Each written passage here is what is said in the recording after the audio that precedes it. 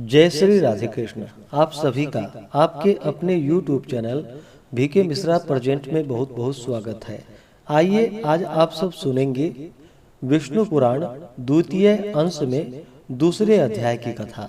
अब तक आपने पहले अंश कथा को नहीं सुना हो या पिछले अध्यायों को नहीं सुना हो तो चैनल पे विष्णु पुराण अंश 1 और विष्णु पुराण अंश 2 के नाम से प्लेलिस्ट बनाया गया है। आप वहां से पिछले अध्यायों का कथा श्रवण कर सकते हैं। तो आइए सुनते हैं विष्णु पुराण द्वितीय अंश में दूसरे अध्याय की कथा। तो बोलिए प्रेम से भगवान विष्णु की जय, माता लक्ष्मी की जय, सर्वदेवी देवता की जय। श्री मैत्रेय जी बोले कि हे ब्राह्मण, आपने मुझसे स्वयंभू मनु के वंश का वर्णन किया। अब मैं आपके मुखारविंद से संपूर्ण पृथ्वी मंडल का विवरण सुनना चाहता हूँ। हे मुने, जितने भी सागर, द्वीप, वर्ष, पर्वत, वन, नदियाँ और देवता आदि की पुरियां हैं, उन सबका जितना जितना परिमाण है, जो आधार है, जो उपादान कारण है और जैसा आकार है, वह सब आप यथावत वर्णन कीजिए। श्री पराशर जी बोले कि हे मैत्रेय, सुनो, मैं इन सब बातों का संक्षेप में वर्णन करता हूँ। इनका विस्तार पूर्वक वर्णन तो 100 वर्ष में भी नहीं हो सकता।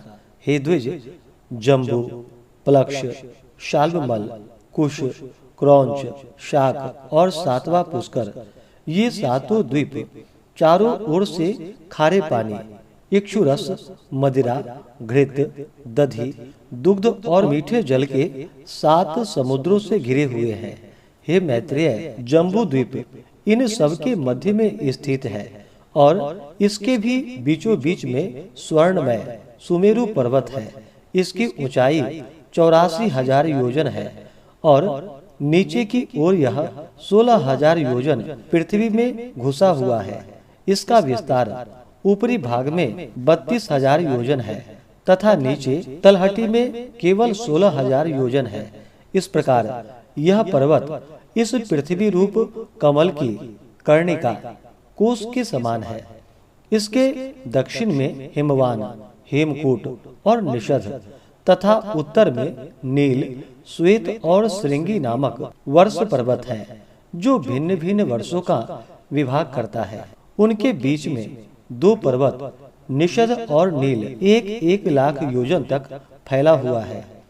उनसे दूसरे 10-10 हजार योजन कम है, अर्थात हेमकूट और श्वेत 90-90 हजार योजन तथा हिमवान और श्रृंगी 80-80 सहस्त्र योजन तक फैले हुए हैं। वे सभी 2-2 सहस्त्र योजन ऊंचे और इतने ही चौड़े हैं।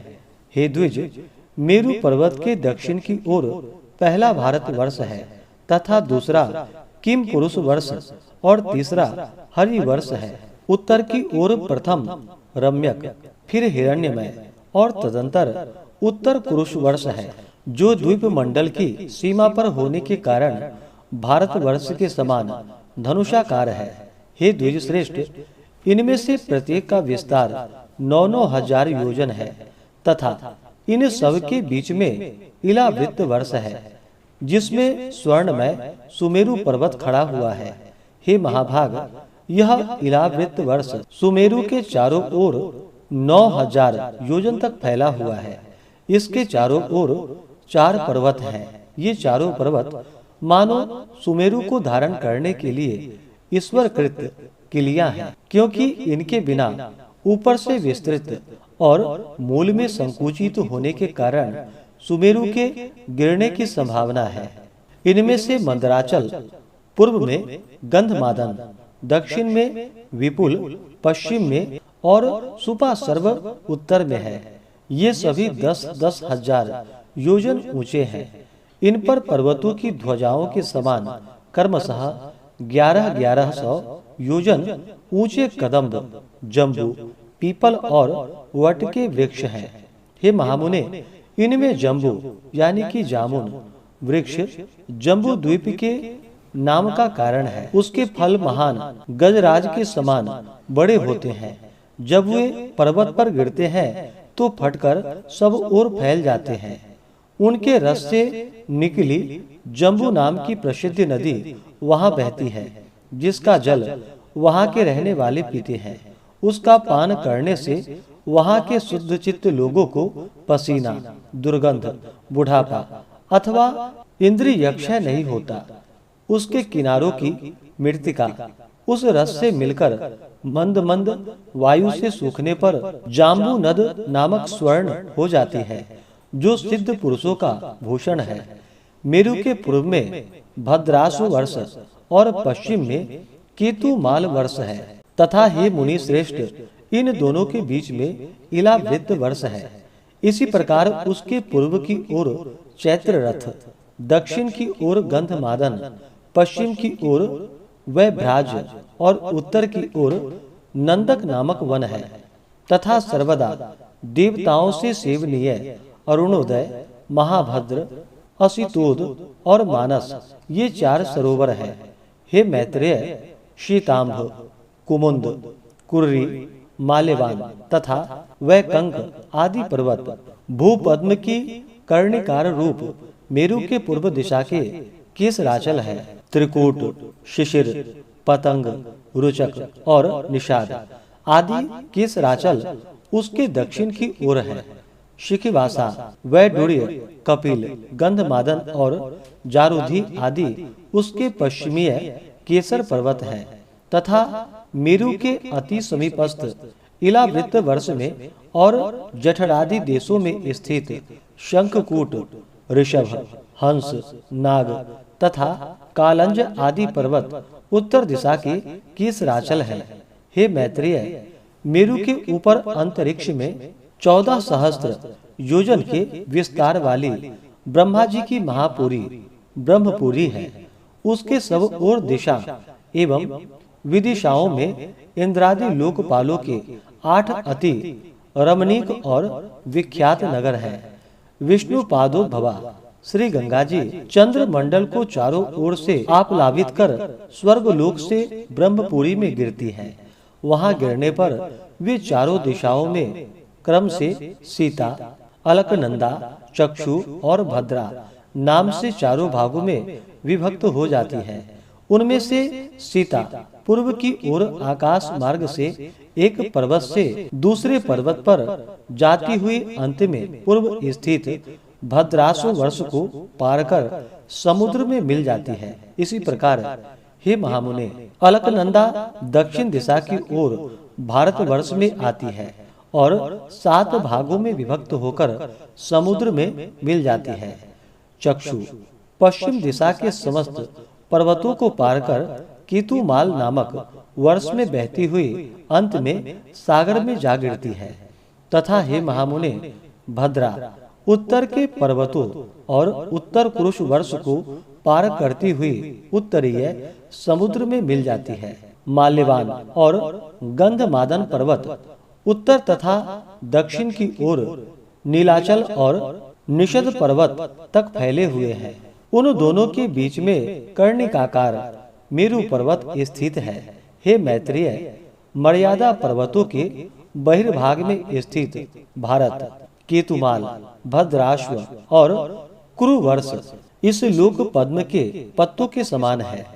जठर और देवकूट ये दोनों मर्यादा पर्वत हैं, जो उत्तर और दक्षिण की ओर नील तथा निषद पर्वत तक फैले हुए हैं। पूर्व और पश्चिम की ओर फैले हुए गंधमादन और कैलाश ये 2 पर्वत जिनका विस्तार 80 योजन है, समुद्र के भीतर स्थित है। पूर्व के समान मेरु की पश्चिम ओर भी निषद और पारियात्र नामक 2 मर्यादा पर्वत स्थित हैं। उत्तर की ओर त्रिशृंग और जारुधि नामक वर्ष पर्वत है, जो दोनों पूर्व और पश्चिम की ओर समुद्र के गर्भ में स्थित है। इस प्रकार हे मुनीश्वर, तुमसे जठर आदि मर्यादा पर्वतों का वर्णन किया, जिनमें से 2-2 मेरु की चारों दिशाओं में स्थित है। हे मुने, मेरु के चारों ओर स्थित जिन शीतांत आदि केसर पर्वतों के विषय में तुमसे कहा था, उनके बीच में सिद्ध चारण आदि से सेवित अति सुंदर कंदराए हैं। हे मुनिसत्तम, उनमें सुरम्य नगर तथा उपवन है और लक्ष्मी, विष्णु, अग्नि एवं सूर्य आदि देवताओं के अत्यंत सुंदर मंदिर हैं, जो सदा किन्नर श्रेष्ठों से सेवित रहते हैं। उन सुंदर पर्वत द्रोणियों में गंधर्व, यक्ष, राक्षस, दैत्य और दानवादी अहरनिश क्रीड़ा करते हैं। हे मुने, ये संपूर्ण स्थान भौम यानी कि पृथ्वी के स्वर्ग कहलाते हैं। ये धार्मिक पुरुषों के निवास स्थान है। पापकर्मा पुरुष इनमें 100 जन्म में भी नहीं जा सकता।